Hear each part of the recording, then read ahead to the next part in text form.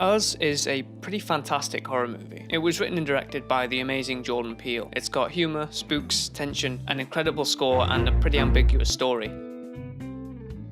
I watched a couple of analysis videos after I left the theatre for the first time. They were mostly people recounting the plot of the movie, focusing on the events that foreshadow the twist ending. And while foreshadowing is something this movie does really well, and can be immensely satisfying to clock on your first viewing so you can sit there smugly waiting for the payoff, that's not what the film is about. I've seen the movie twice now, and I've come up with two different readings. The first is fairly simple, given the events of the movie, and the second I formed out of spite. First, a bit of fun, before I bore everyone by pretending to be smart. I'll go through some of the cooler bits of foreshadowing, just because I want to, and it's my video.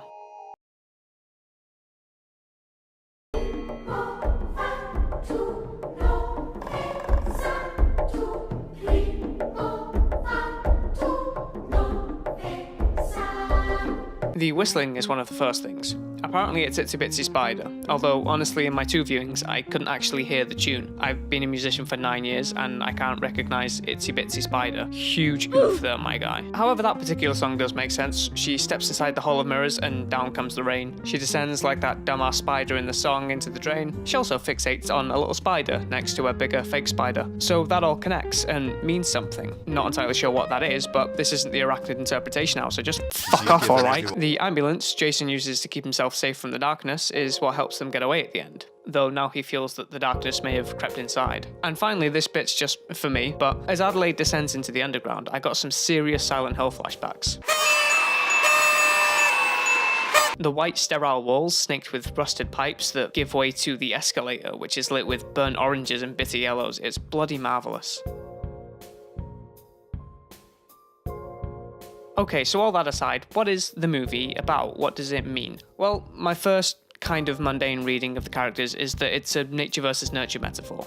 Nature versus nurture is, put very simply, the discussion as to which aspects of our biology or upbringing affect the way we act. This debate is thought to have begun around 1869, when the phrase was coined by Francis Galton, an English polymath, which is a fancy way of saying professional smart person / insufferable prick. We see this theme explored in the movie through the main character Adelaide, well, both of them. The Tethered are shown underground to be a bit wacky, acting on an impulse from their shared souls to do things they haven't the social context to understand, but at least they can have a laugh about it. Despite not learning to speak and living off rabbits and the fat of the land, the tethered Adelaide is able to grow up into a relatively sound young woman, even though the dad is shown to be a little bit aloof, shall we say? Regardless, she's capable of love and empathy. Conversely, the original Adelaide, who grew up normal but was left underground, became bitter, violent, and resentful. Despite the nature of their birth, their environment shaped them into very different people. Furthering this analogy is the presence of the rabbits. As a certified rabbit father myself, I know a thing or two about these little bastard men. They're basically bottom of the food chain. They're prey animals, very easily startled, fragile, basically afraid of most things.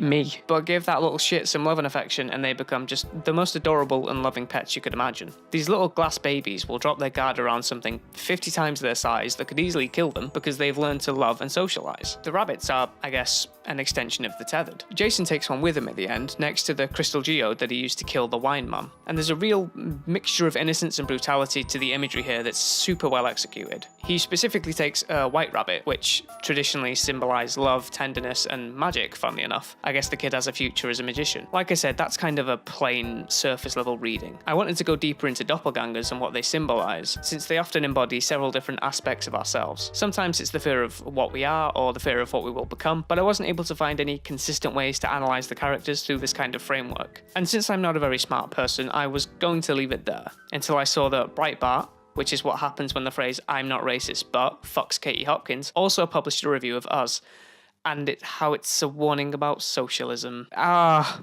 put in the Minecraft death noise when you die in Minecraft and the screen goes red, thank you. Absolute fucking yikers. I can't believe this. Of course, these kinds of analyses are all subjective, so it's not that their opinion is wrong per se, it's just that it's definitely not right and they should fuck off and die. So my absolute darlings, let's do another reading of this movie, where a bitter and angry child becomes a populist cult of personality and leads their followers to their deaths for their own material gain. Bonus points that she's black, so it's like a movie about Candace Owens, but instead of hiding behind Charlie Kirk's gums, she does something productive with her time. So this hinges on my belief that Red manipulated the tethered and rallied them to a cause that she didn't really believe in. So most of the reviews I have read or watched believe that the inclusion of Hands Across America is a way of showing that the idea stuck in the mind of a child as perhaps the only way to make a point or send a message. But I don't really buy that. Jordan Peele said that he likes watching old adverts on YouTube, and this one stuck with him because of its happy-go-lucky 80s, hey man, everything's cool and radical appearance, covering its quite disparaging undertones. Like how Theresa May's voice might still have a little bit of energy whenever she mentions Brexit, but you can tell she's slowly dissolving like a digestive that's fallen in your tea. But it just has sad eyes, and they haven't shown life for several years now. Is she okay? So America in the 80s was a bit weird. Conservatism was on the rise as a pushback to a lot of social activism. The president, then Ronald Reagan, increased military spending that had been receding since the Vietnam War, and black people and gays were just treated awfully. So it's just like today, but at least they had some fucking bops to listen to. Gloria! Oh shit, yeah, the Cold War as well. Jesus. And it's that context, coupled with Jordan Peele's specific inspiration to use that ad, that forms the basis for this very not kind to Trump reading of Us. So Red had an idea, but it wasn't to liberate an underclass and make America face an uncomfortable truth. It was pretty simply to get her life back at the expense of her followers. She was dropped into a world where only she could talk. She was a prophet among the literal voiceless minority. She was expressing herself through dance and likely speech that resonated with the tethered, who couldn't really do anything on their own. She then mobilizes an army of the tethered around an idea, a wall made from themselves, based on a memory that she turns into a religion. The Hands Across America t-shirt is basically a stand-in for the cross, and it's pristine when she was left shackled to the bed. Then at the end, it's turned raggedy and dirty, now corrupt as Red cuts apart a paper chain of red people, showing her contempt for the tethered. She doesn't waste time teaching them to communicate properly or talk clearly. She gives them some scissors and sends them on their way, while the rest of the tethered murder their mirror images and promptly get in formation for the line. Red spends her time torturing the woman who stole her life. Red tells Adelaide she's here to take her time and tells her dog Pluto not to burn their house down. Clearly she had no intention of ever joining the line. Her family may have, since she seems to harbour resentment for all of them, but that's not for me to say.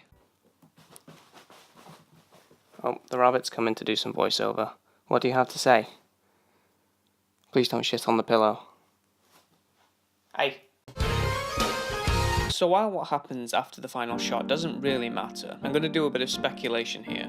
The boys are all stanced up in their T-poses, holding hands after murdering an awful lot of people. How often do these government experiment who want their humanity-backed movies not end with the government trying some kind of genocide? They're not really well armed, they're putting up zero resistance, but they represent an uncomfortable truth. Let's be honest, they're all probably going to get killed. And I think Red knew that. So she thought she'd sit at home, do some arts and crafts, and just wait for everything to run its course. It's also worth noting that the origin for the tethered is given to us by a woman who's clearly gone insane and had to piece together from context clues what this place was. No one around her would have been able to fill her in either way, even if they knew anything. She takes advantage of the vulnerable, the left behind, and rallies them to an ultimately suicidal cause with the promise of an empty gesture. Red is even more the bad guy than anyone thought. A lot of people think this is Jordan Peele's version of the end of the world, but I think it's more like his version of the end of ignorance, so I don't want to shit on anyone's opinion who isn't from Breitbart. But in looking at the reception to Us, I saw a lot of people hoping, if not grasping at the fact that this movie holds a mirror up to society, in the same way that Get Out did. And while I'm sure there's a valid reading within the movie to support that, what I was seeing was mostly people pointing out the fact that it's an allegory for current day America, because there's a ruling class above ground and a subjugated class beneath ground. But that just seems incredibly on the nose and basic. And I'm not saying that's wrong, but instead of being subtext or an allegory or metaphor, that's literally the events of the movie. That's what we see unfold. And if that is the movie's grand takeaway, then it's no more socially or politically a complex movie than Captain Marvel was, because that also had an oppressive class and an oppressed class. And I mean, I don't know, a very small part of me thinks that Jordan Peele is willing to take some more creative risks than the fine folks over at Marvel, but I'm not entirely sure.